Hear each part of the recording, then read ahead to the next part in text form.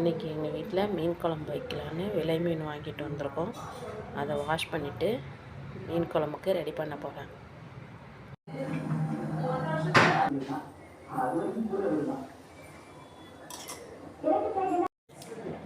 மீன் குழம்பு கரைச்சி வச்சுருக்கேங்க. புளியும் தக்காளி பழமும் சேர்த்து அதில் ஒரு 3 ஸ்பூன் மிளகாத்தூள், 2 ஸ்பூன் மல்லிப்பொடி, கொஞ்சம் மஞ்சத்தூள் எல்லாம் போட்டு நல்லா கரைச்சிக்கலாம். கொஞ்சம் கடுகு வெந்தயம் எடுத்து வச்சுருக்கேன். கொஞ்சம் சின்ன வெங்காயம் அரிஞ்சு வச்சுருக்கேன். ஒரே ஒரு பச்சை மிளகாய், கொஞ்சம் கருவேப்பிலை.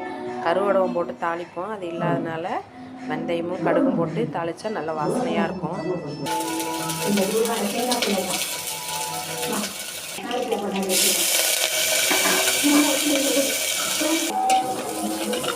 வெங்காயம் நல்லா வதங்கிடுச்சுங்க. இப்போ கரைச்சி வச்சுருக்கிற குழம்ப ஊற்ற போகிறேன். நல்லா கொதித்து வந்தோடனே மீன் எடுத்து போட்டுக்கலாங்க.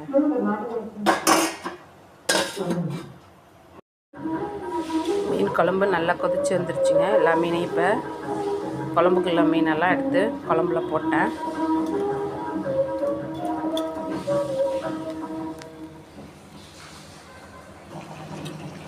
மீன் குழம்பு நல்லா கொதிச்சு மீன் நல்லா வெந்துருச்சுங்க.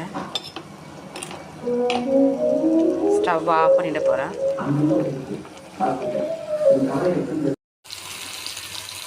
மீனை தோசைக்கல்லில் போட்டு ஃப்ரை பண்ண போகிறேங்க.